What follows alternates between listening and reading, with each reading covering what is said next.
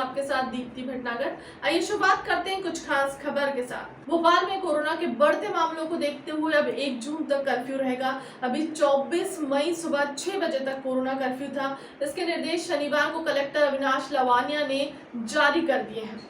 इसमें कहा गया कि भोपाल नगर निगम और बैरसिया नगर पालिका क्षेत्र में कर्फ्यू 24 मई की सुबह 6 बजे से बढ़कर 1 जून की सुबह 6 बजे तक कर दिया गया है।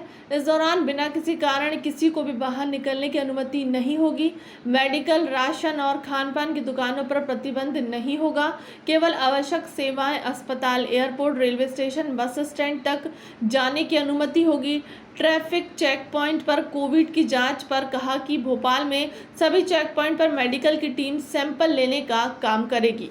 कोरोना कर्फ्यू है उसको एज इट इज़ 31 तारीख की तक के लिए एक्सटेंड कर दिया गया है। इसका मुख्य उद्देश्य यही है कि यदि हम सब लोग देखें तो जहां अपने राज्य की पॉजिटिविटी दर जो है वो 5% के आसपास आ गई है, लेकिन भोपाल की पॉजिटिविटी दर अभी भी 9-9.5% के आसपास होवर कर रही है।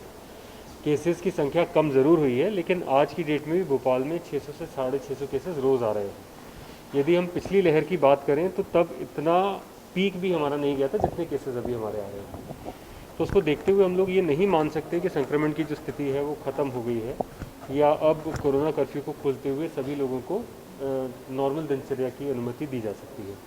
अभी हमारा प्रयास यही रहेगा कि सख्त लॉकडाउन लगाते हुए, सख्त कोरोना कर्फ्यू का पालन सुनिश्चित कराते हुए हम ये कोशिश करें कि मई के अंत तक हम जो संक्रमण की दर है इसको और कम कर लें और ऐसी स्थिति में आ जाएं जिसके बाद ग्रेडेड मैनर में जब ये कोरोना कर्फ्यू खुले तो भी हमारे जो केसेस की संख्या है वो अत्यधिक ना बढ़ पाए। कोरोना की तीसरी लहर आ रही है, उसके लिए क्या तैयारी कर रहे हैं? देखिए, तीसरी लहर की बात भी बहुत स्पष्ट है। इसके लिए 2 अलग अलग विषय हैं जिन पर तैयारी करने की आवश्यकता है। एक विषय तो निश्चित है कि यदि दोबारा किस प्रकार से केसेस बढ़ते हैं तो हमारे यहाँ ऑक्सीजन की कमी ना हो, बेड्स की कमी ना हो और व्यवस्थाओं की कमी ना हो। उसके लिए व्यवस्थाओं को और कैसे बेहतर कर सकते हैं उन पर तमाम प्रकार के कार्य चल रहे हैं, चाहे फिर वो उसमें ऑक्सीजन प्लांट्स की स्थापना का कार्य हो, बेड बढ़ाने का कार्य हो, एडिशनल वेंटिलेटर्स उपलब्ध कराने का कार्य हो, मेडिसिन का कार्य हो। ये तमाम काम तो सरकार की तरफ से एक साथ चल ही रहे हैं, लेकिन इससे ज़्यादा महत्वपूर्ण काम जो है जिससे कि हम थर्ड वेव को आने से या पुनः संक्रमण के केसेस को इतना ज़्यादा बढ़ने से रोक सकते हैं, वो महत्वपूर्ण काम है कोविड एप्रोप्रिएट बिहेवियर। कि जब हम लोग अपना कोरोना कर्फ्यू खोलें, आगे बढ़ें, तब भी लोगों का जो व्यवहार है बाहर निकलने के बाद, उदाहरण के लिए मास्क लगाना, भीड़ भाड़ वाली जगह में नहीं जाना, सोशल डिस्टेंसिंग का पालन करना, ये सब कोविड एप्रोप्रिएट बिहेवियर हमको करने पड़ेंगे, तभी हम ये सुनिश्चित कर पाएंगे कि दोबारा केसेस इस प्रकार ना बढ़ें। ओल्ड भोपाल के मार्केट में चाहे वो गोल्ड को ले लें, कॉस्मेटिक ले लें या कपड़ों की दुकानें ने वहाँ पे एजेंट तय कर दिए हैं कि 10% लाके वो शटर खुल के अभी भी वहाँ पे सामान बिक रहा है, तो उनके ऊपर क्या कार्रवाई? नहीं, किसी भी प्रकार की कोई भी दुकान खुलने की अनुमति नहीं है, ना खुलने दे रहे हैं। यदि कोई भी अपना प्रतिष्ठान खोलने का प्रयास कर रहा है तो उन पर 188 की कार्रवाई भी होगी और इसमें कानूनी कार्रवाई भी ब्लैक फंगस के लिए सर्वप्रथम तो हमीदिया में उपचार के लिए पूरी व्यवस्थाएं कर ली गई हैं। अधिकांश पेशेंट्स को हम लोग वहीं हैंडल कर रहे हैं, पर प्राइवेट में भी पेशेंट्स हैं। एक सबसे इम्पॉर्टेंट इसके लिए जो मेडिसिन की उपलब्धता है वो सुनिश्चित करने के लिए भी सरकार सतत प्रयासरत है।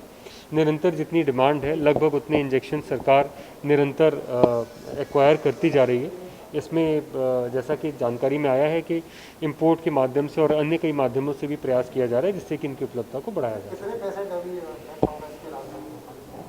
आप ये देखिए, स्पेसिफिक नंबर्स जानने से भी कोई औचित्य नहीं है। पॉइंट इसमें ज़्यादा इम्पॉर्टेंट ये है कि ब्लैक फंगस के मामले में भी जो हमने सभी ENTs को भी सजेस्ट किया है कि यदि किसी भी व्यक्ति को जो कि प्री डायबिटिक रहा हो या जिसका रिसेंटली कोविड में इलाज हुआ हो, ऐसी कोई भी परेशानी महसूस होती है तो उनको इमीडिएटली अपनी एंडोस्कोपी ज़रूर करानी चाहिए जिससे कि हम इसका अर्ली डिटेक्शन कर सकें। ओके, सैंपल लिए जा रहे हैं, मतलब पूरे भोपाल में चलेगा या फिर कुछ ही पॉइंट? नहीं, ये सभी जगह चलेगा। निश्चित ही यदि किसी के लिए बहुत ही आवश्यक है और उसको घर से बाहर निकलना है तो हमको ये सुनिश्चित करना ही पड़ेगा कि वो व्यक्ति कोरोना पॉजिटिव ना हो, क्योंकि यदि वो व्यक्ति कोरोना पॉजिटिव है तो वो इसी संक्रमण को आगे और लोगों को भी फैलाएगा। फिलहाल अब तक की खबरों में इतना ही। देश दुनिया की तमाम बड़ी खबरों के लिए बने रहे हमारे चैनल के साथ। नमस्कार।